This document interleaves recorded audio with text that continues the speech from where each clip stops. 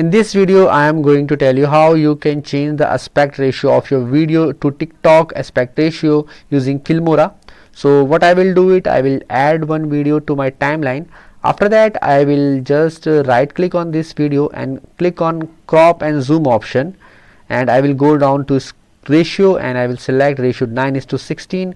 I will adjust the settings and I will adjust the frame and click on OK. So you can change, you can see this is cropped now. You can see black background is showing. I will change it to again to a different background. So now I will go to this option, the preview quality and display settings, and again click on change project aspect ratio. Now I will again change aspect ratio to 9:16 and tap on OK. Now you can see gray background is showing. I will simply export it to a TikTok size.